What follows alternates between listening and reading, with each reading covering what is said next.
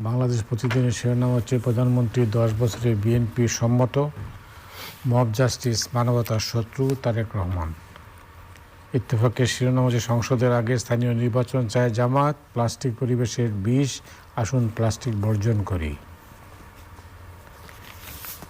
মানব জমিন 2 টার্মে বেশি প্রধানমন্ত্রী নয়, বিএনপির বড় ছাড়, ইরানের পারমাণবিক স্থাপনা ধ্বংস করতে পারেনি মার্কিন হামলা। কালের কণ্ঠ, মাদকের আগ্রাসন বাড়ছে, যুদ্ধবিরতি স্থায়িত্ব নিয়ে সংশয়।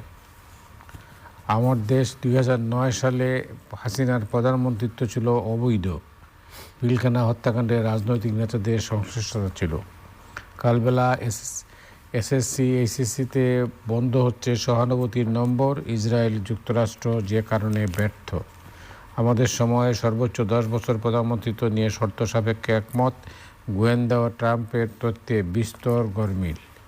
সময়ের আলো, ইরানে পরমাণু স্থাপনা ধ্বংস হয়নি, সীমানা পুনর্বিন্যাসের চাপে ইসি।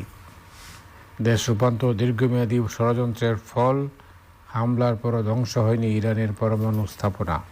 খবরের কাগজ, বেপরোয়া মাদক চক্র, এত ধ্বংসযোগ্য ইসরায়েল আগে দেখেনি। দিনকাল হয় আমরা থাকব, না হয় তোমরা, প্লাস্টিক হুঙ্কার দিচ্ছে। আওয়ামী ফ্যাসিবাদ দেশকে সর্বগ্রাসী রাষ্ট্রে পরিণত করেছিল, বিবৃতিতে তারেক রহমান। করতোয়া কুল কিনারা হচ্ছে না ঐকমত্য কমিশনে, সাবেক সিইসি হাবিবুল আউয়ালও গ্রেপ্তার। শিরোনাম যেটা দেখলাম সেটাতে হচ্ছে যে আপনার এই সংস্কার নিয়ে ভিন্ন মত এখন স্পষ্ট। এই প্রধানমন্ত্রী তো 10 বছর এইটা নিয়ে সমঝোতা হয়েছে, বাকিগুলোতে তো ভিন্ন মত দেখা যাচ্ছে। আপনার কি মত, আপনি কি দেখছেন? মতি ভাই, ধন্যবাদ। অনেকদিন পরে এলাম। জাতীয় ঐকমত্য কমিশন যেসব বিষয়ের সংস্কারকে মৌলিক সংস্কার বলছিল, মূলত সংবিধান সম্পর্কিত বিষয়গুলো, সেগুলোতে কিন্তু প্রথম দফার বৈঠকে ঐকমত্য হয়নি। তো প্রত্যাশা ছিল যে দ্বিতীয় দফার বৈঠকে ঐকমত্য হবে। একটু বিরতি দিয়ে আবার আলাপ আলোচনা শুরু হয়েছে, কিন্তু ঐকমত্যের ক্ষেত্রে একটা ক্ষেত্র ছাড়া অন্য কোনো ক্ষেত্রে স্পষ্ট কোনো অগ্রগতি নাই এবং এক ধরনের বিনিময় হলো মনে হচ্ছে। বিএনপি নেতা সালাউদ্দিন সাহেব আজকে যেটা বলেছেন যে এনসিসি নিয়ে যদি কোনো চাপাচাপি না হয় তাহলে ওনারা এই যে 10 বছর প্রধানমন্ত্রিত্ব, এর বেশি না, এটা মেনে নিতে রাজি। এবং এটা বিএনপির উচ্চ পর্যায়ের বৈঠকে তারেক রহমান সাহেব সম্ভবত এটাতে সম্মতি দিয়েছেন। তো আমরা তো জানি এবং অনেকেই এটা ধরে নিচ্ছে যে নির্বাচন হলে বিএনপি জয়যুক্ত হওয়ার সম্ভাবনা বেশি এবং বিএনপি জয়যুক্ত হলে তারেক রহমান সাহেব পরবর্তী প্রধানমন্ত্রী হবেন, এইরকম কথাবার্তা বাজারে তো আছে। তো এই অবস্থায় এখানে কিন্তু তার ব্যক্তিগত সিদ্ধান্ত জড়িত। আমরা তো জানি যে এই দলগুলোর মধ্যে ব্যক্তির একটা প্রাধান্য আছে, পরিবারের প্রাধান্য আছে, ব্যক্তির প্রাধান্য আছে। এটা আমরা পছন্দ করি বা না করি, এটা আছে। আওয়ামী লীগে আছে, বিএনপিতে আছে, জাতীয় পার্টিতেও আছে। জাতীয় পার্টিতে জিএম কাদের সাহেবকে নিয়ে তো তোলপাড় চলছে। সম্মেলন স্থগিত হয়েছিল, এক পক্ষ চাচ্ছিল আরেক পক্ষ করবে। আজকে আবার সমঝোতার খবর আছে যে সম্মেলনটা জোর করে কেউ করছে না। জিএম কাদের সাহেবের কর্তৃত্ব অস্বীকার করার একটা চেষ্টা শুরু হয়েছে দলের একাংশের তরফ থেকে। তার মানে সেখানে উত্তরাধিকার ইত্যাদি আছে। তো যাই হোক, যেটা বলছিলাম, তারেক রহমান সাহেব সম্মত হয়েছেন, এটা একটা বড় অগ্রগতি। তারেক রহমান সাহেবের বিচক্ষণ নেতৃত্বের কিন্তু প্রশংসা করা হচ্ছে।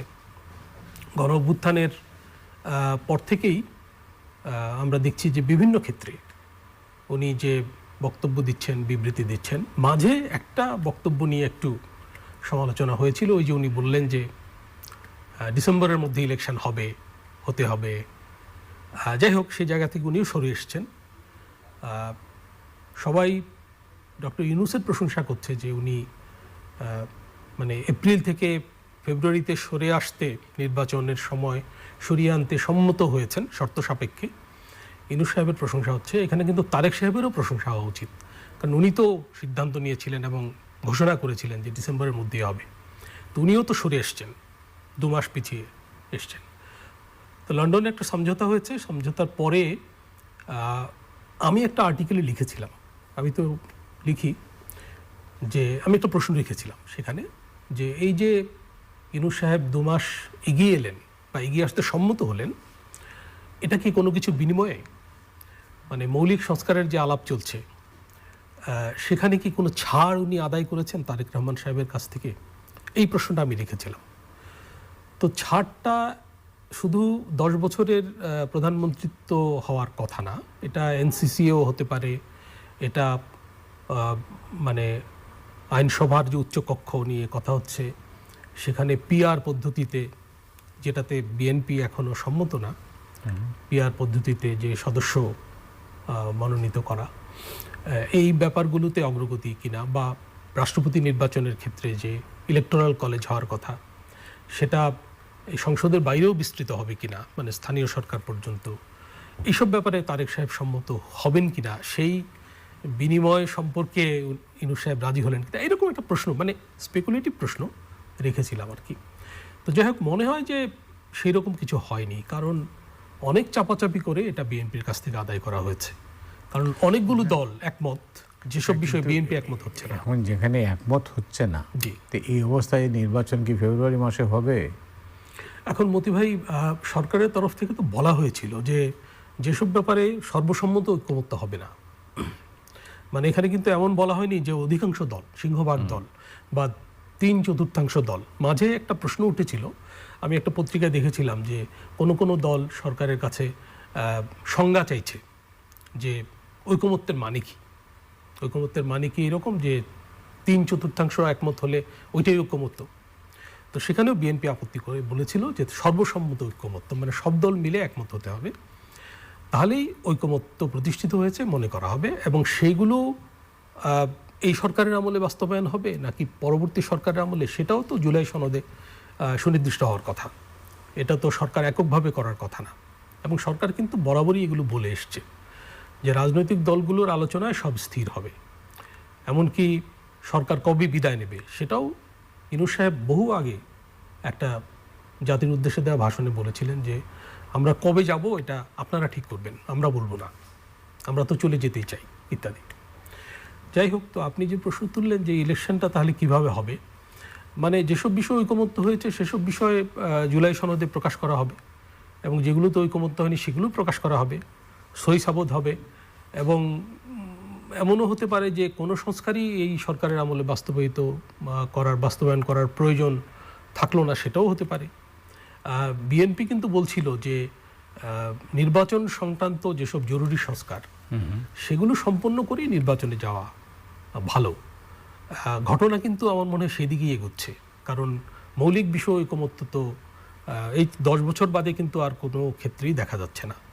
সুতরাং কি সংস্কার বাস্তবায়িত হবে এই সরকারের? জামাতে ইসলামী তো আবার স্থানীয় সরকার নির্বাচন আগে দাবি করেছে, তাতে কি দাঁড়াবে? জামাতে ইসলাম শুধু না, এটা কিন্তু এনসিপিরও দাবি, শুরু থেকে বলে আসছে যে স্থানীয় সরকার নির্বাচনগুলো হয়ে যাওয়া উচিত, কারণ স্থানীয় সরকার প্রতিনিধি নাই, এবং মানুষ স্থানীয় সরকার থেকে যেসব সেবা পাওয়ার কথা সেগুলো পাচ্ছে না।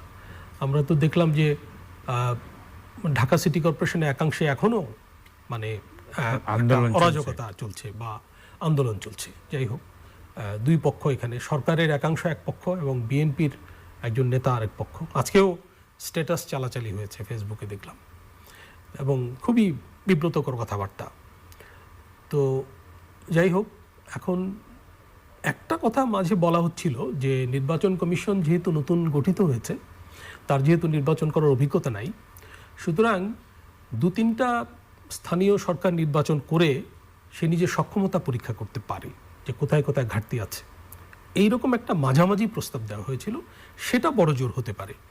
কিন্তু স্থানীয় সরকার নির্বাচন যে ব্যাপকভাবে করতে হয়, মানে একেবারে যদি আমরা ইউনিয়ন পরিষদ পর্যন্ত নিই, তাহলে তো হাজার হাজার জায়গায় স্থানীয় পরিষদ নির্বাচন করতে হবে, এবং এটা করতে গিয়ে নির্বাচন কমিশন ব্যর্থ হওয়ার চান্স বেশি, এবং গোলযোগ ইত্যাদি বেড়ে এমনিতেই পরিস্থিতির যে অবনতি, রাজনৈতিক এবং আইন শৃঙ্খলা পরিস্থিতির, সেটার আরও অবনতি হওয়ার আশঙ্কা আছে। এবং সেই প্রেক্ষাপটে কিন্তু এমনও হতে পারে যে ইলেকশন কমিশন বলল যে আমরা জাতীয় নির্বাচন করার সাহস পাচ্ছি না, এরকম একটা চান্স আছে। তো এই ক্ষেত্রে একটা কনস্পিরেসি থিওরিও আছে যে জামাত ইসলামী এবং এনসিপি তারা কি চায় যে স্থানীয় সরকার নির্বাচনে গিয়ে ইসি একটা এমন ঝামেলায় পড়ুক যে তারা একেবারে পালিয়ে যাক, মানে তারা আর জাতীয় নির্বাচন করতে উৎসাহী না থাকুক, দেশে একটা সংকট তৈরি হোক এবং ইলেকশনটা পিছিয়ে যাক অনির্দিষ্টকালের জন্য। কারণ ইলেকশন পিছিয়ে দেওয়ার একটা ষড়যন্ত্র আছে এবং সরকারেরও কোনো কোনো অংশ এর সঙ্গে জড়িত। এইসব কথাবার্তা তো এখন পর্যন্ত বাজারে আছে, যদিও মাঝে যে লন্ডন বৈঠকে একটা উৎসাহ তৈরি হলো যে ফেব্রুয়ারিতে ইলেকশন হতে পারে, কিন্তু সেখানে শর্ত আছে যে সংস্কার এবং বিচারে মানে কি যেন দৃশ্যমান অগ্রগতি বা পর্যাপ্ত অগ্রগতি। তো পর্যাপ্ত অগ্রগতির কি সংজ্ঞা সেটাও তো পরিষ্কার না। পর্যাপ্ত অগ্রগতি মানে কি, মানে সংস্কার কতটুকু বাস্তবায়িত হবে বা বিচার কোন পর্যন্ত বিচার হতে হবে, এটা কি একেবারে অ্যাপিলেট ডিভিশন পর্যন্ত হতে হবে নাকি শুধু শেখ হাসিনার বিচার হলেই চলবে, মানে এই জিনিসগুলো তো ক্লিয়ার না। এইভাবে শর্ত সাপেক্ষ করে আসলে নির্বাচনের দিকে যাওয়াটা একটু কঠিন মনে হচ্ছে। আমার মনে হয় যে আমি এখনও মনে করি যে নির্বাচনটা আসলে ডিসেম্বরের মধ্যে হয়ে গেলেই ভালো ছিল। এটা আমি আরও দু একটা টিভি অনুষ্ঠানে বলেছি। এটা অর্থনৈতিক কারণেও এটা ভালো, কারণটা হচ্ছে যে বাজেটের একটা ব্যাপার আছে। এই বাজেট নিয়ে কিন্তু একটা সংকট চলছে, নতুন অর্থবছর এসে যাচ্ছে। মানে যে সরকার বাজেট দিল সেই সরকার যদি ফেব্রুয়ারির মধ্যে চলে যায় তাহলে বাকি 4 মাস নতুন সরকার বাজেট বাস্তবায়ন করবে, তাদেরকে আবার নতুন করে বাজেট দিতে হবে এবং নতুন সরকারের প্রথম বাজেটটা তো দিক নির্দেশনামূলক হওয়ার কথা, মানে পলিসি ডিরেকশন থাকার কথা। তো এগুলো তো সংকট তৈরি করতে পারে। সেজন্য ডিসেম্বরের মধ্যে নির্বাচন হয়ে নতুন সরকার এলে তারা একটা ষান্মাসিক পর্যালোচনা করে বাজেটের কিছু রিফর্ম করে তারা বাকি 6 মাস বাস্তবায়ন করলো। বিশেষ করে এডিপিটা শেষ দিকে খুব বাস্তবায়িত হয়, মানে অর্থ ছাড় হয় ইত্যাদি। তো সেটা ভালো হতো এবং সরকার প্রস্তুতি নিয়ে নতুন অর্থ বছরের দিকে এগোতে পারতো আর কি। আমার মনে হয় যে এই সম্ভাবনা তো এখনও আছে। এই অর্থে বলছি যে ফেব্রুয়ারিতে ইলেকশন হবেই এটা কিন্তু বলা হয়নি, শর্ত সাপেক্ষে। এখনও কিন্তু ওইটা ওপেন আছে যে ডিসেম্বরের মধ্যে অথবা জুনের মধ্যে, তাই না? জুন না, মানে প্রধান উপদেষ্টা বলেছেন এপ্রিল। তো এপ্রিল থেকে ডিসেম্বর এটা কিন্তু এখনও এই সম্ভাবনা আছে। আমাদের সেনাপ্রধান সাহেবের বক্তব্যও কিন্তু একটু বিবেচনায় নিতে হবে। উনি 18 মাসের কথা বলেছিলেন, 18 মাস শেষ হচ্ছে সম্ভবত জানুয়ারিতে। তো সেদিক থেকে ফেব্রুয়ারিটা খুবই সব পক্ষের জন্য উইন উইন, এটা ভালো হতো। কিন্তু সেটাও হয় কি না সেই সংশয় তো দেখা দিচ্ছে নানান কারণে। মামুন, আপনি জানেন যে মব জাস্টিস আবারও শিরোনামে, জি, কীভাবে দেখছেন আপনি? এটা তো এখানে আমরা বহুদিন, মানে অনেক দিন আলোচনা করেছি। আমিও যতদিন এসেছি ঘুরে ফিরে এই প্রসঙ্গটা এসছে। মতিমা, এটা খুবই দুর্ভাগ্যজনক যে গণ অভ্যুত্থানের যারা প্রতিপক্ষ তারা কিন্তু এই মব জাস্টিসের কারণে, মব জাস্টিস বলি বা মব ভায়োলেন্স বলি, কোনো সংবাদপত্র বলছে মব সন্ত্রাস, মব কালচার যেটাই বলি, মবটাকে কোথাও ইতিবাচকভাবে দেখা হয় না, আমাদেরও দেখার সুযোগ নাই। এবং এটা বলার সুযোগ নাই যে কোন আমলে শুরু হয়েছিল, স্বাধীনতার পর শুরু হয়েছিল সুতরাং এবারও হবে, কিংবা অমুক সরকারের আমলে হয়েছিল, কিংবা বড় বড় নেতা মবের শিকার হয়েছিলেন সুতরাং ছোট ছোট নেতারাও মবের শিকার হবেন। এগুলো পাল্টাপাল্টি, আসলে এগুলো হচ্ছে পুরনো বন্দোবস্ত। এই যে যারা জুলাই আন্দোলনকারী, গণ অভ্যুত্থানের নেতৃত্ব দানকারী, তারা যে নতুন বন্দোবস্তের কথা বলছেন, তারা যদি মব উস্কিয়ে থাকেন তাহলে আমি বলবো যে এটা পুরনো বন্দোবস্তের মধ্যেই তারা আছেন। কারণ এটা তো আমরা দেখেছি মির্জা ফখরুল ইসলাম আলমগীর সাহেবের মতো ভদ্রলোক নেতাও মবের শিকার হয়েছেন, তাই না? ডক্টর কামাল হোসেন মবের শিকার হয়েছেন। তারপর এরশাদ পতনের পর শহীদ মিনারে নেক্কারজনক ঘটনা ঘটেছে, তাই না? যত বিতর্কিত নেতাই হোক, কিন্তু যে ঘটনা মিজান চৌধুরী সাহেবের উপর হয়েছে এটা খুবই দুঃখজনক। যাই হোক, তো এই যে মবটা শুরু হলো, সরকার দায়িত্ব নেওয়ার পরেও কন্টিনিউ করলো, এর দায়িত্ব কিন্তু সরকারকে নিতে হবে। আমি তো মনে করি যে মাঝে এই মবের বিষয়টা সামনে এসছে একজন সাবেক সিইসিকে অপদস্থ করার ঘটনায়, পুলিশের সামনে তাকে অপদস্থ করা হয়েছে এবং একাংশ একটা মব গিয়ে তাকে বাসা থেকে বের করে নিয়ে অপদস্থ করেছে পুলিশের সামনে এবং পুলিশ তারপর তাকে অ্যারেস্ট করেছে। এগুলো তো আওয়ামী কালচার, আওয়ামী লীগ আমলে কিন্তু এই জিনিসগুলো হতো। তো এগুলোর পুনরাবৃত্তি হচ্ছে, এটা খুবই দুঃখজনক। এবং এতে করে হয় কি, মানে যারা এই আন্দোলনের প্রতিপক্ষ তারা এই সরকারকে মবের সরকার বলছে, কারণ সরকার তো এই মব দমনে এগিয়ে আসেনি।